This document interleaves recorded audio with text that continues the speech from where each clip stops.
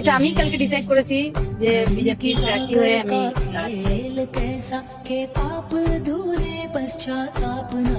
শেষ মুহূর্তে নয়, প্রথম থেকেই আমাদের বলা হচ্ছিল, কিন্তু আমি রাজি ছিলাম না। কিন্তু আমি দেখলাম যে নারীদের নিরাপত্তা এবং নারী সুরক্ষা আর যে রন্ধে রন্ধে পশ্চিমবঙ্গের দুর্নীতি, কোনো মানুষই ভালো নেই। তাই আমি এই তৃণমূলের পুরো মূলটাকেই উপড়ে ফেলার জন্য আমি বিজেপিতে যোগ দিয়েছি।